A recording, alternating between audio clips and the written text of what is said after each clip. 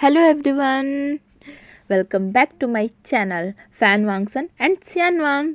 तो चलिए हम अपनी story my dangerous dream is my protective shield का नेक्स्ट पार्ट स्टार्ट करते हैं, पार्ट 11। तो हमने लास्ट पार्ट में देखा था कि विंग की बर्थडे पार्टी होती है, साथ में उसका इंगेजमेंट भी हो जाता है हमारे वांगसन का। और उसके बाद का मतलब हम नेक्स्ट मॉर्निंग का सीन देखते हैं। लिविंग रूम का सीन है। वहाँ पे जियांग फैमिलीज जो कि सारी खड़ी है। जियांग लूसी जो कि अपने घुटनों के बल बैठी हुई है और बहुत रो रही है। और वही हमारे वांगशन को देखते हैं जो कि सोफ़ा पे आराम पे बैठे हुए हैं। विंग बार बार मना कर रहा है कि उसे नहीं खाना है, अब नहीं खाना है, और वांग जी उसे फ्रूट्स खिलाया जा रहा है। वांग जी बोल रहा है विंग से, विंग प्लीज़ 2-3 और खा लो, देखो तुम्हें प्रोटीन मिलना ज़रूरी है।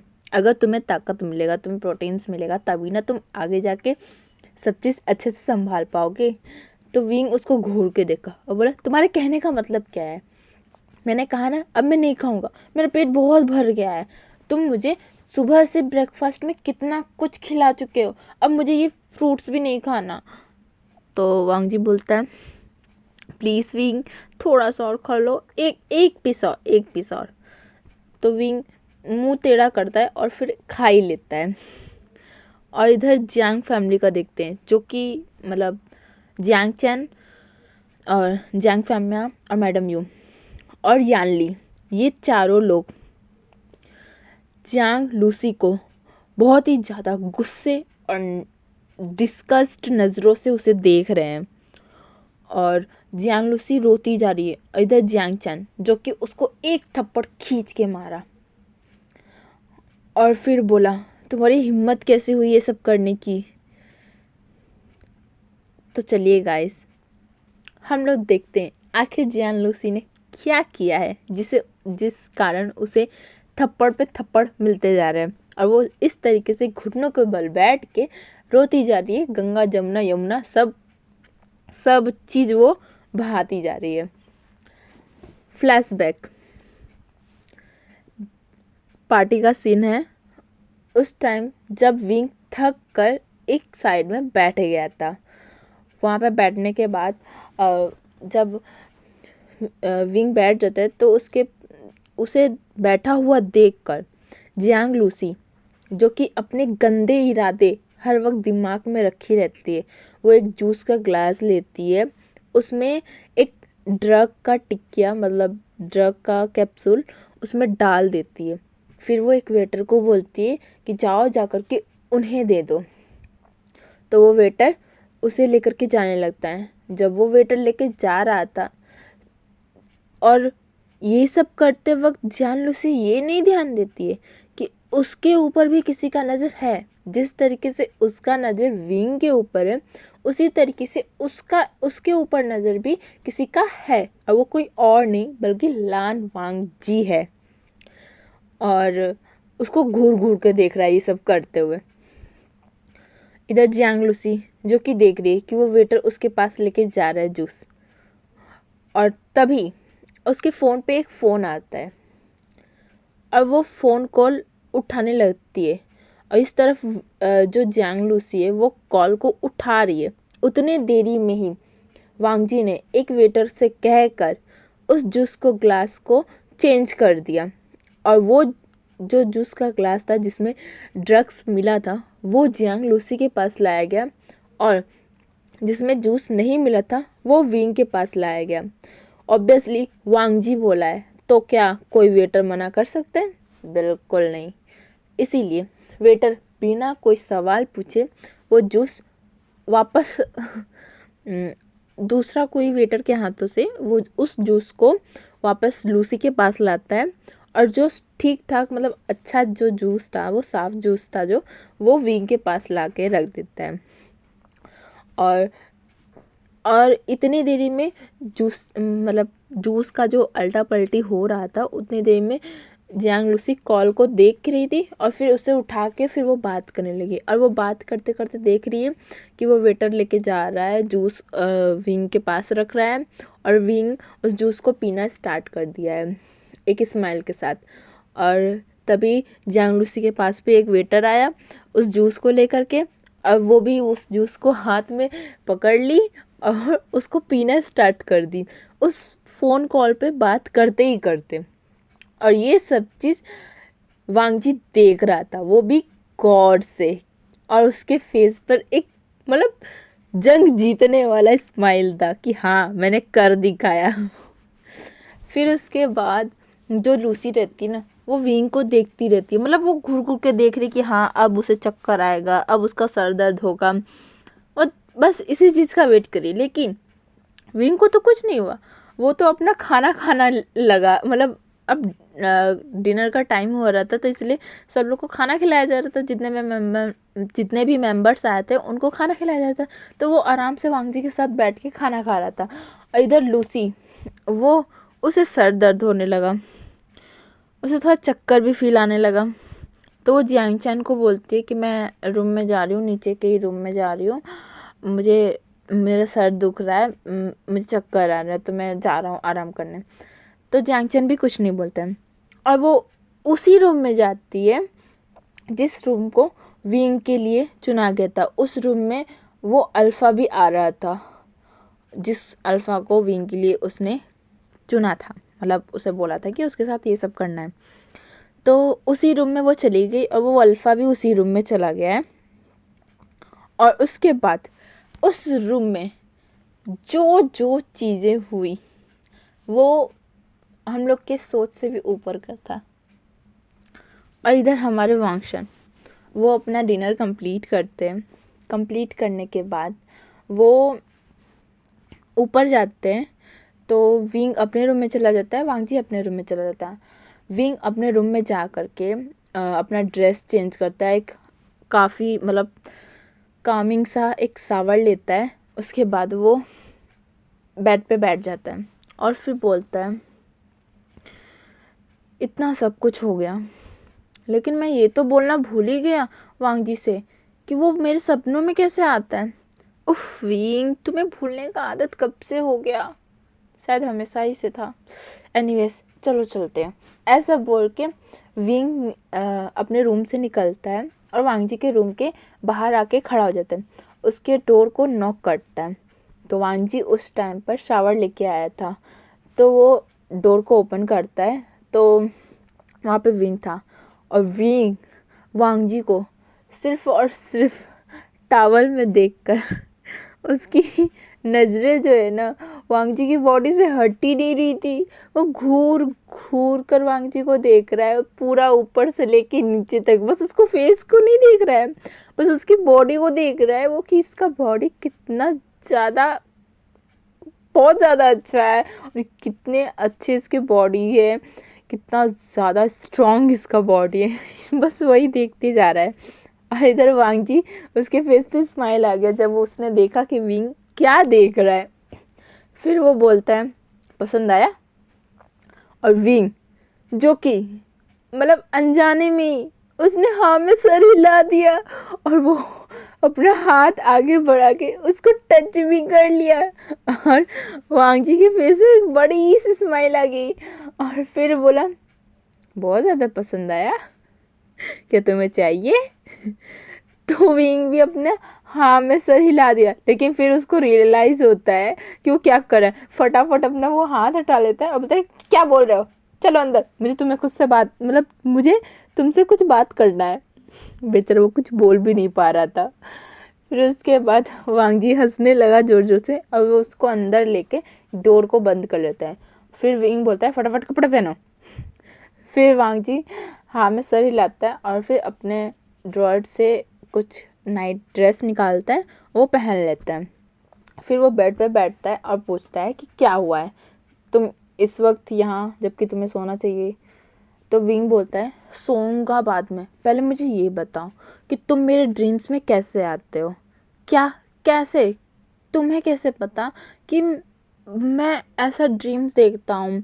आखिर कैसे? तो वांग जी एक साय करता है और एक गहरा सा ब्रीथ लेता है और फिर छोड़ता है और फिर बोलता है, मुझे पता था तुम ये सवाल पूछोगे, अब काश भूल जाते तो अच्छा रहता। तो विंग उसको एकदम छोटी छोटी आंखें करके देखता है और बोलते हैं, कैसे भूल जाऊं उस सपने को जिसमें तुमने इतना बड़ा कांड किया है। फिर उसके बाद वांग जी हंसने लगता है और फिर बोलते हैं, कितना अच्छा मेरा ड्रीम था, तुम्हारे ड्रीम से तो ज़्यादा अच्छा मेरा ड्रीम है। फिर विंग बोलता है, सैमलेस, बताओ मुझे कि कैसे तुम देखे थे। तो वे फिर वांग जी साय करता है और फिर बोलता है, जब तुम करीब 17 साल के थे, वैसे तो जब से तुम छोटे थे और हमारी फैमिली जब से अलग हो गई तब से मेरी नज़र तुम पर ही थी। स्टार्टिंग से ही हम हमारी फैमिली की जो है वो तुम्हारे ऊपर नज़र रखी हुई थी कि ताकि तुम्हारे साथ कोई बुरा ना हो जाए। और जो तुम्हारी जितनी भी बिजनेस है, वे फैमिली का जितना भी बिजनेस है उसे हम ही लोग संभालते हैं, हम लैंड फैमिली से संभालते हैं। जब से तुम्हारे मदर और फादर की डेथ हुई मैं बहुत ज़्यादा प्रोटेक्टिव हो गया था तुम्हारे लिए, तुम्हें लेकर के। इसीलिए मैंने मदर फादर से कह के तुम्हारे पास कुछ ऐसे गार्ड्स को भेजे थे जो कि तुम्हारे ऊपर 24 घंटे नज़र रखते थे और वो मुझे सारी खबर देते थे। मैं छोटा भले ही था बट हाँ, मेरे पास इतना समझ था कि मुझे क्या करना है क्या नहीं करना है। मैं उसी टाइम से जब मैं करीब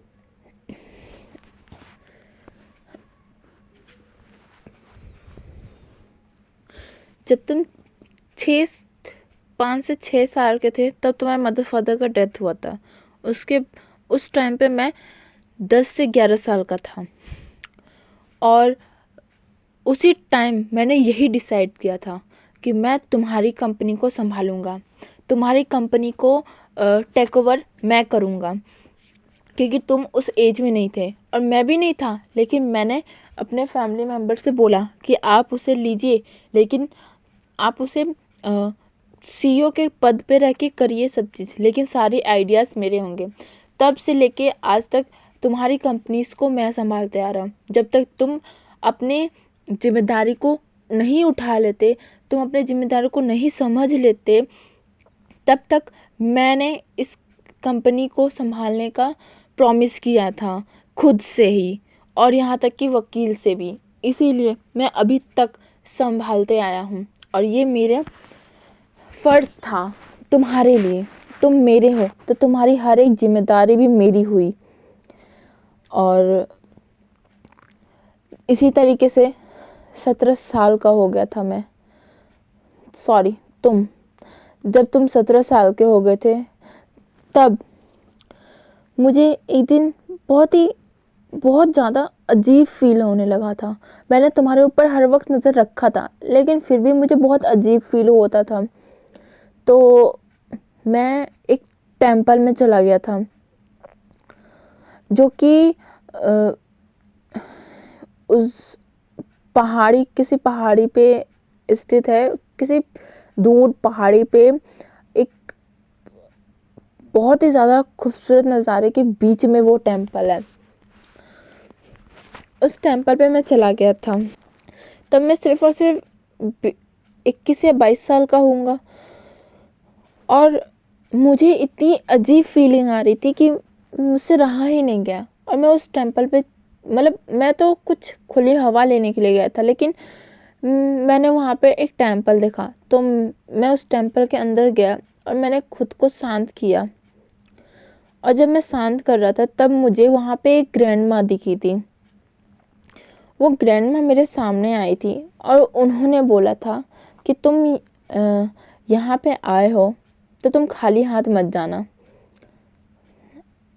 तो वांग जी ने पूछा, क्यों, क्या आपके कहने का क्या मतलब है? तो वो ग्रैंड माँ ने कहा, तुम फ्यूचर में 1 साल बाद जब तुम्हारा ओमेगा 18 साल का हो जाएगा, उसके बाद से तुम्हारे ओमेगा के ऊपर बहुत सारे खतरे आएंगे। तो वांग जी ने पूछा, आपको कैसे पता मेरे ओमेगा के बारे में, और आपको ये कैसे पता कि उसके ऊपर खतरा आएगा? तो वो ग्रैंडमा ने कहा, मुझे सब पता है, बस तुम ये जान लो कि उसके लिए वो बहुत ही ज़्यादा टफ टाइम रहेगा और तुम्हें हर एक कदम पर उसका साथ देना होगा, उसके साथ चलना होगा, उसकी हर एक पल हेल्प करनी होगी, उसका एक प्रोटेक्टिव शील्ड बनना होगा, अब वो चाहे ड्रीम में ही क्यों ना हो। तो वांग जी कंफ्यूज हो जाता है और बोलता है, ड्रीम में? आपके कहने का क्या मतलब है? और ड्रीम में प्रोटेक्ट? मेरे ओमेगा को ड्रीम में कैसा खतरा? और ड्रीम में भला मैं कैसे जा सकता हूँ? तो वो ग्रैंडमा बोलती हैं कि तुम्हारे ओमेगा के ऊपर जो भी खतरा है वो उसके ही घर वाले करेंगे, उसके अडॉप्टेड फैमिलीज में से कोई एक है मेंबर, उसके फैमिली में कोई न्यू मेंबर आने वाला है, वो ही है तुम्हारे ओमेगा के ऊपर सबसे बड़ा खतरा, और तुम्हें उससे प्रोटेक्ट करना है अपने ओमेगा को, वरना तुम उसे खो दोगे। मेरे बेटे प्लीज़ अपने अपने प्यार को बचा लो।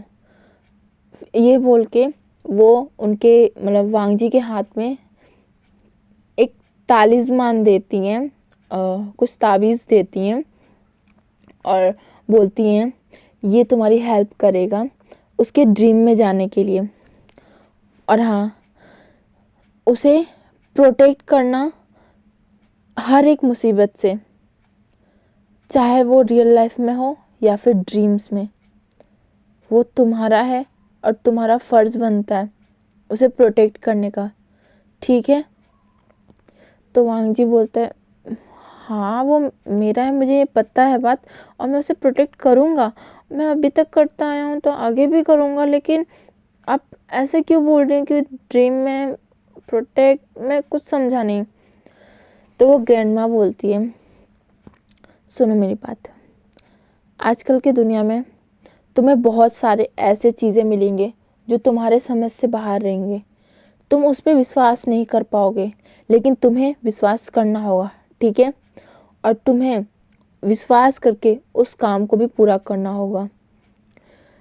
तुम्हारे ओमेगा के लाइफ में अभी बहुत ज़्यादा कठिनाई आने वाले हैं, मैं तुम्हें ज़्यादा कुछ तो नहीं बता सकती, बस ये जान लो कि तुम्हें उसे प्रोटेक्ट करना है।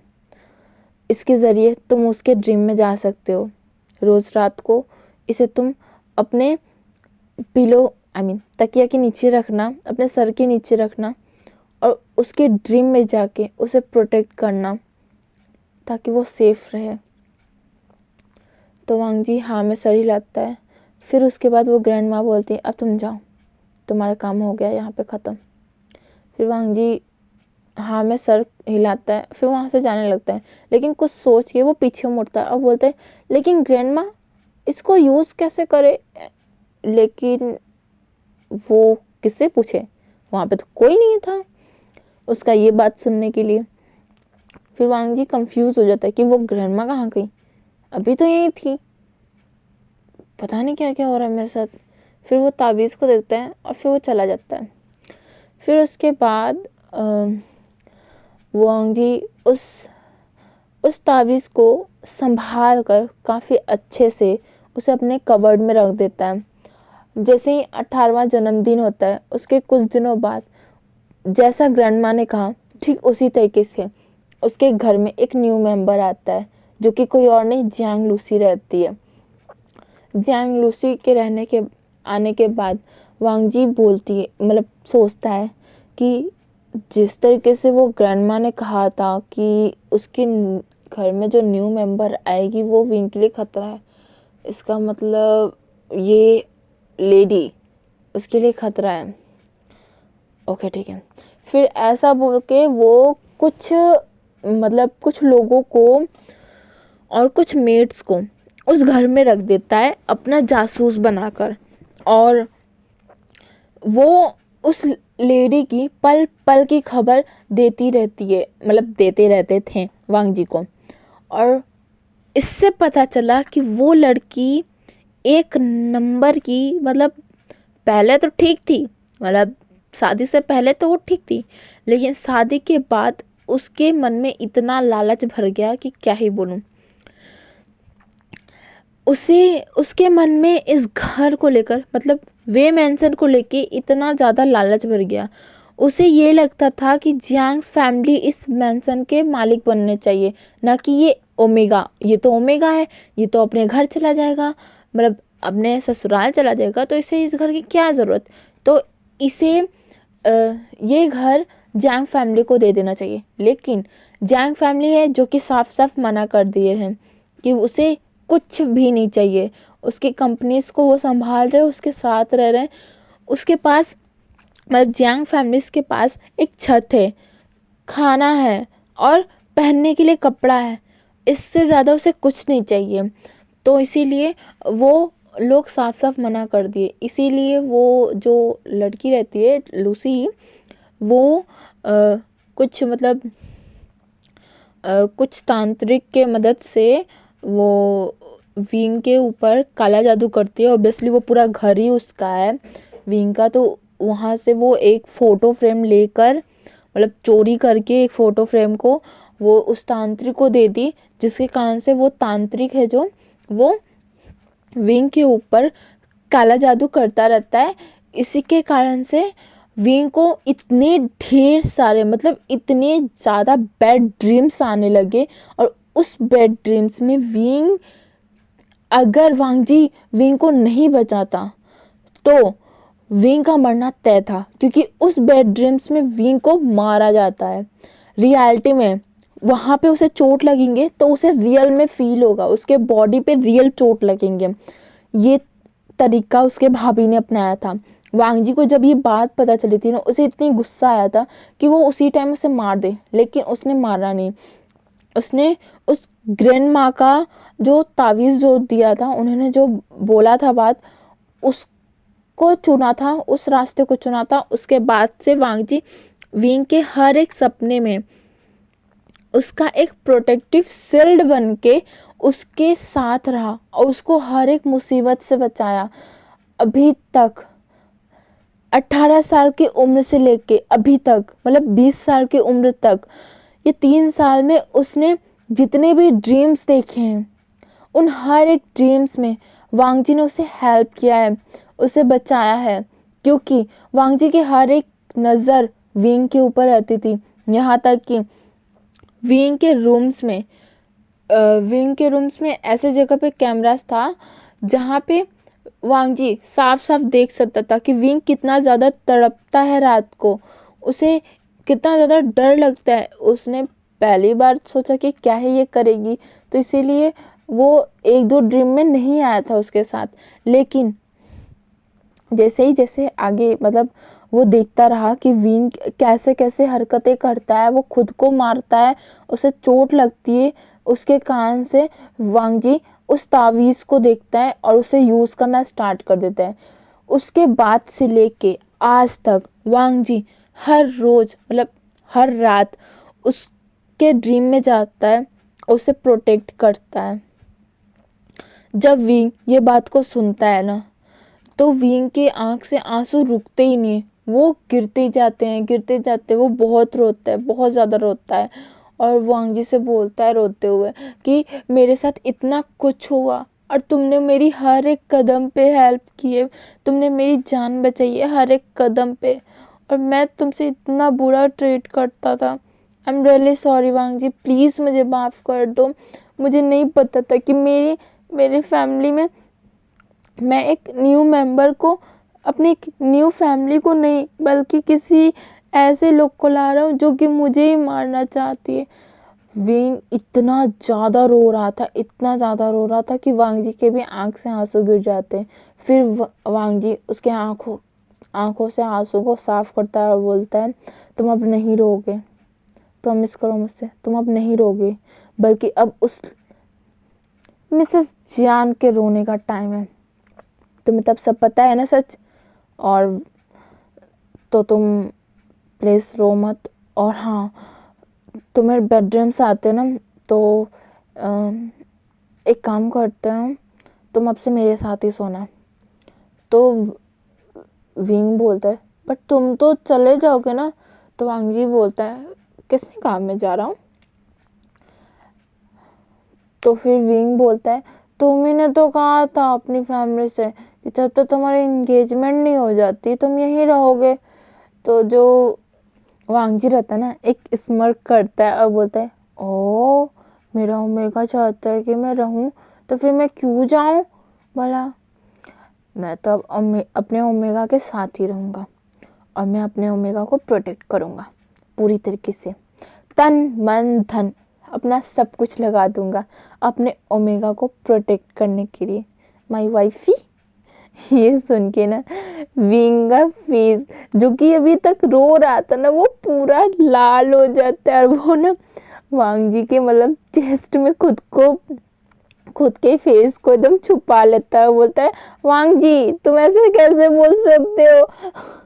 फिर वांग जी ना जोर जोर से हंसने लगता है और फिर विंग और वांग जी वहीं पे लेट जाते हैं और विंग उसको बहुत टाइटली हग कर लेता है।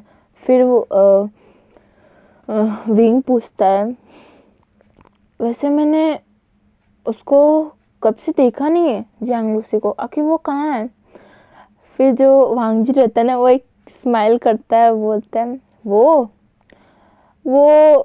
कहावत सुनी है तुमने, जो दूसरों के लिए गड्ढा खोदता है वो खुद ही उसमें गिर जाता है, वो अभी उसी पे शामिल हो रहा है। इसलिए तुम चिंता मत करो, तुम आराम से सो जाओ मेरा ओमेगा, मेरा बेबी, तुम सो जाओ। हम लोग आराम से सोते हैं। अब कल हम लोग आराम से पॉपकॉर्न खाते हुए मूवी देखेंगे, ओके। फिर विंग बोलते मूवी, सुबह मूवी कौन देखता है। फिर वांग जी बोलते हैं अरे वो अलग तरीके का मूवी है, तुम सो जाओ, हम लोग आराम से मूवी देखेंगे ब्रेकफास्ट करते करते, चलो सो जाओ। ऐसा बोल के वो दोनों सो जाते हैं। जैसे ही मॉर्निंग होती है जैंग फैमिली लूसी को ढूंढना स्टार्ट कर देते हैं कि लूसी आखिर गई कहाँ है, क्योंकि रात से उन्हें लूसी नहीं दिखाई दी है। इसके कारण से वो लोग पूरे घर में लूसी को ढूंढने लगते हैं। और इधर वांग जी और विंग उठते हैं, फ्रेश होते हैं, फ्रेश होने के बाद डाइनिंग टेबल पे आते हैं, ब्रेकफास्ट करना स्टार्ट कर देते हैं। और वांग जी विंग को अपने हाथों से बहुत ही प्यार से उसे ब्रेकफास्ट खिलाता है और विंग भी वांग जी को ब्रेकफास्ट कराता है। और इस तरफ जब जियांग चैन नीचे के एक मतलब बहुत ही ज़्यादा कोने में एक रूम था, उस रूम में जाता है चेक करने के लिए कि हो सके लूसी यहाँ पे आके सो गई हो। तो जब वो वहाँ पे जाता है ना तो वो देखता है कि एक अल्फा के साथ वो सोई हुई है, वो भी नेकेड बेड पर, एक ही बेड पर। ये देख के ना वो बहुत ही ज़्यादा गुस्सा आ जाता है और देख के हिसाब साफ पता चल रहा था कि उन दोनों के बीच में बहुत कुछ हुआ है। इसके कारण से ना वो बहुत ज़्यादा गुस्सा आ जाता है। अब वो उस अल्फा को बहुत पीटता है और लूसी तो बहुत घबरा ही जाती है कि ये उसके साथ क्या ही हो गया। फिर उसके बाद वो अल्फा को ना मतलब घर से बाहर निकाल दिया जाता है, बहुत मार के उसको, बेचारा हॉस्पिटलाइज हो गया होगा। उसके बाद इधर लूसी वो उसे कपड़ा उपड़ा जल्दी जल्दी पहन लेती है, जब तक उसको पिटाई होता है तब पहले वो कपड़ा पहन लेती है और सारी फैमिली मेम्बर भी वहाँ पे आ जाते हैं। और जो जियांग चैन रहता है ना वो लूसी को भी बहुत थप्पड़ मारता है, थप्पड़ पे थप्पड़ मारता है, उसको लिविंग रूम में ले आके ढकेल देता है। और वो वही सीन है फ्रेंड्स जो इस पार्ट के स्टार्टिंग में हुआ था कि लिविंग रूम में सब खड़े हैं, ठीक है। अब फ्लैशबैक यहाँ पे एंड होता है, स्टोरी प्रेजेंट पे है। वांग जी विंग को खिलाना बंद कर दिया है, वो शांति से बैठा हुआ है और इधर विंग भी वो उस नज़ारे को देख रहा है शांति से। मतलब वो लोग के एकदम पूरे फेस पे उनके कोई भी एक्सप्रेशन नहीं है, वो तो शांति से बैठ के बस उन लोग को देख रहे हैं। और इधर लूसी बहुत रो के बोल रही है कि मैंने कुछ नहीं किया, मेरे साथ किसी ने ऐसा किया होगा, मजाक, या फिर किसी ने जानबूझ के मेरे साथ ऐसा किया होगा, मैंने ऐसा कुछ भी नहीं किया, मैं निर्दोष हूँ, वो बहुत बोल रही थी। फिर इधर जियांग चैन बोलता है तुम्हारे पास तुम्हारा अल्फा है यानी कि मैं हूँ, फिर भी तुम दूसरे अल्फाज के पास जाती हो और नाइट स्पेंड करती हो और मुझे ये बात पता ही नहीं था। तुम अब इस घर से निकलो, तो ना जो लूसी रहती है ना वो उसके पैरों पे गिर जाती है और बोलती है कि प्लीज़ प्लीज़ सल्फा, मुझे मुझे रिजेक्ट मत कीजिए और मुझे इससे दूर मत भेजिए। तो जो जैंग चैन रहता है ना वो बोलता है तुम मुझसे दूर रहो और निकल जाओ इस घर से। ऐसा बोल के उस घर से जो जैंग चैन रहता है ना वो लूसी को निकाल देता है। और इधर विंग और वांग जी बस चुपचाप देखने लगते हैं। और जो लूसी रहती है ना वो विंग को घूर घूर के बहुत ही ज़्यादा गुस्से में देखता है। तो ना वांग जी उसके सामने आ जाता है, विंग के और लूसी मतलब विंग के सामने आ जाता है और वांग जी उसको घूर घूर के देखने लगता है। और वो अपनी आंखों से इशारा कर रहा था जैसे को तैसा, दोबारा मेरे विंग की तरफ नज़र मत देखना वरना मैं इससे भी बुरा हालत तुम्हारा करूँगा। सो गाइस, आज का पार्ट हम यहीं तक रखते हैं। आज का पार्ट आपको कैसा लगा है? और आप लोग को सारी फ्लैशबैक पता चल गई है कि विंग को कैसे ड्रीम आ रहा है, कैसा क्या हो रहा है, आप लोग को सब पता चल गया है।